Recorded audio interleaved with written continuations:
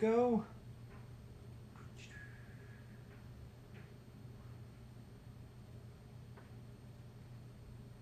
Yes, we are. Excellent. So what do we have here? I'm gonna try some new stuff. So I was watching a video on James Hoffman's YouTube channel. This is a coffee guy. He was making coffee soda, and he had this carbonation rig that he used to create, to carbonate coffee. And it was pretty interesting because if you watch a lot of these videos about carbonating coffee on YouTube, nearly all of them end up in a crazy foamy mess because coffee has, even if you filter it a lot, there's some solids in there.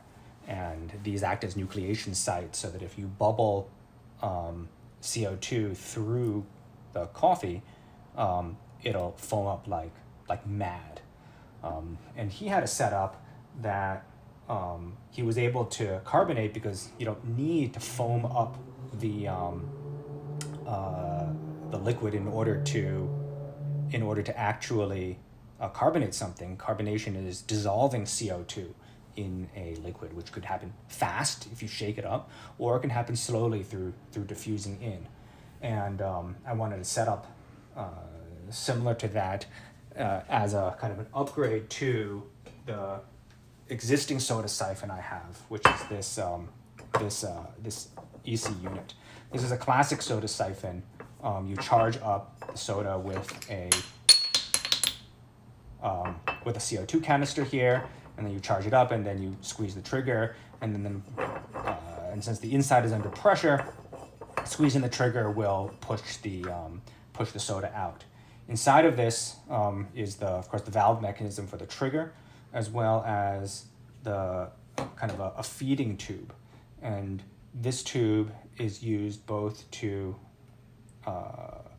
bubble CO2 through. CO2 is going to come down and then shoot out from the bottom, and I think also the water then later on will come back and get forced up this tube. And this thing's fine, but you can only use this for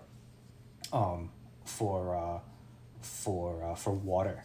This tube is hard to clean, so if you gunk this up with random stuff, it's not going to be that good. There's a bunch of plastic parts of this guy, and then there's this other thing in here which is supposed to come out but has become, I don't know, for some reason it got stuck. I can't pull it out right now without a pair of pliers. And this stuff really you want to use for water and not for carbonating random stuff. And I want to do more than that. I want to carbonate random stuff. And so we've got this set up. A company called The Weekend Brewer makes this here. This is it's a regulator, and it regulates the pressure coming out of the canister, and has a number of different types of adapters for this canister, and then comes out in this ball lock head here, which can then be attached to a carbonation cap. This adapter here is a Sodastream canister adapter. If you look online, most people who are using their own regulators are using kind of commercial CO2 tanks. But I don't make that much soda, and I don't want to have this sleeping giant hanging out ready to blast through my walls if it's knocked over or anything like that. Sodastream canister is easier, and these things aren't super expensive. It costs between $10 to $15 to exchange it, and the whole setup here with the carbonator cap, the kit with the regulator, and the bottle, which I bought from Bed Bath & Beyond, was about $85, which is comparable to the high-end Sodastream is going for $88 on sale this weekend, President's Day. But this thing should be more versatile. And this is a carbonation cap, which has the ball lock on one end, and then just either. This one has a barbed end, so that if you do want to bubble down to the bottom, you can put a kind of a tube on this, and then use and have the CO2 bubble up from the bottom. And this one does not, which I think is a little bit easier to clean for like random stuff. So what I'm going to try to carbonate is this orange juice here, and that orange juice is freshly squeezed juice from Whole Foods that I bought in this container here. Good stuff, but it is freshly squeezed. It's not filtered to a significant extent. So there's a lot of little bits in here. You can see even, right, by shaking it up, it has a tendency to foam up a bit because there's all kinds of stuff suspended of different sizes, suspended solids of all different sizes in here that would act as nucleation sites that could create a lot of foaming. So let's give this a shot. I'm missing something. What am I missing? Oh, you can't see.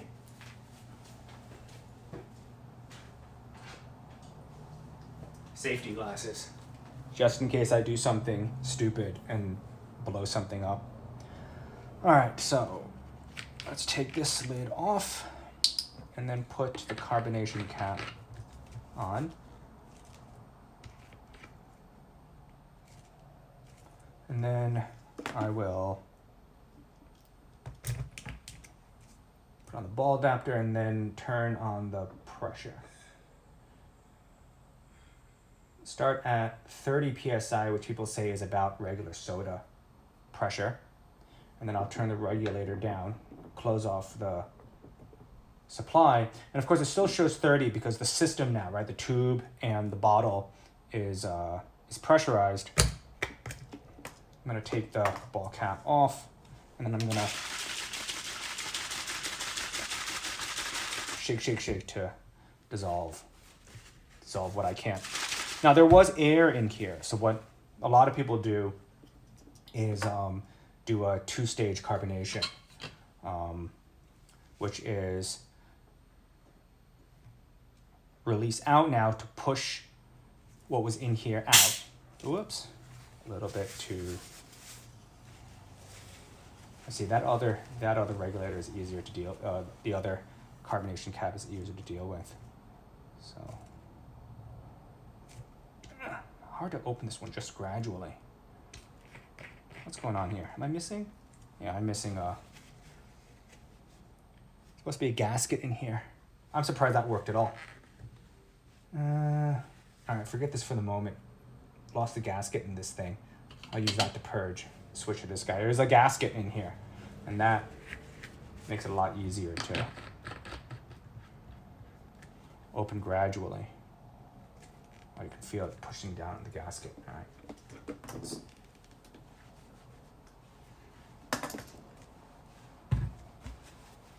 fake this accident, and then let me rinse this thing out.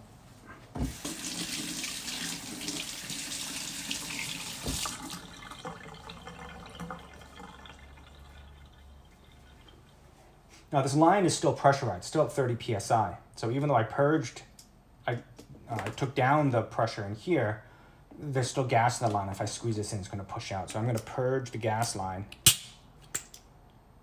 and then reattach and charge it again.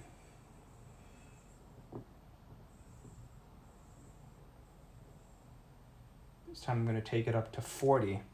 And here's a kind of interesting thing. As I swirl this, if I dissolve more gas, it seems like the pressure goes down, at least slightly. All right, let me take this back all the way up then. Let's take it up to 50, real fizzy. Close down the regulator, take that off, purge the line so no blow-ups accidentally. Okay, put this over here.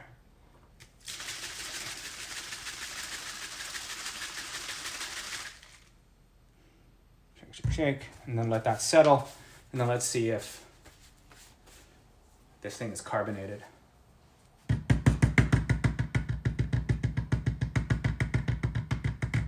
Looks carbonated.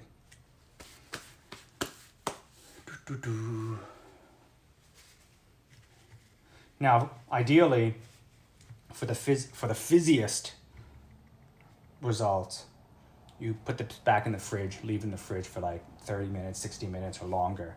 And just the whole thing is sealed. It just gives it more time to get to maximum saturation. And in theory, you want like a super saturated carbon dioxide for the fizziest possible soda. But we don't want to wait that long. So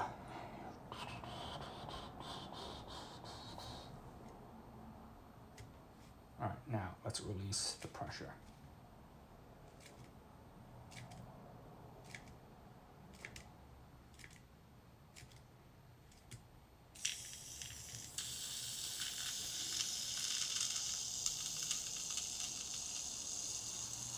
There we go.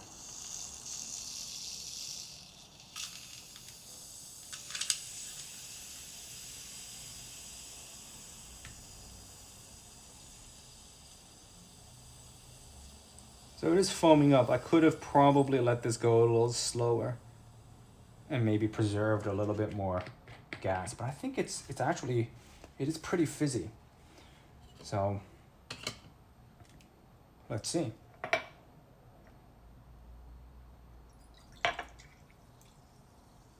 Oh yeah, you can hear it. And let's see how fizzy it is.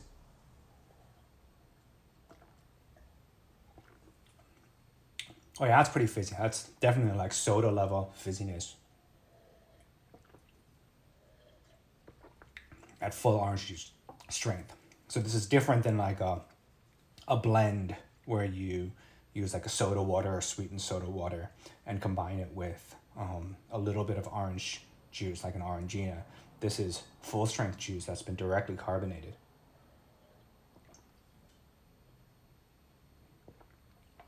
Yeah, that's pretty fizzy.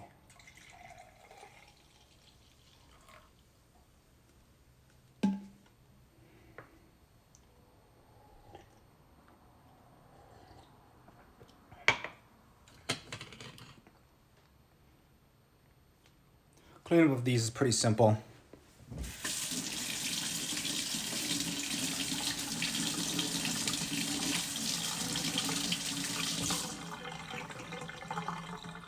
I'm actually impressed with this accident that I was able to hold the steel, that this, the metal on this is, well, it looks like it was turned on a lathe. So it's pretty flat enough that against the plastic here, it could seal to 50 PSI, but where did the gasket go? I don't know where the gasket went. So this thing is now just for purging until I get another gasket. But that's it. No crazy mess. And no crazy foaming. Probably do all kinds of suspensions can probably be carbonated this way.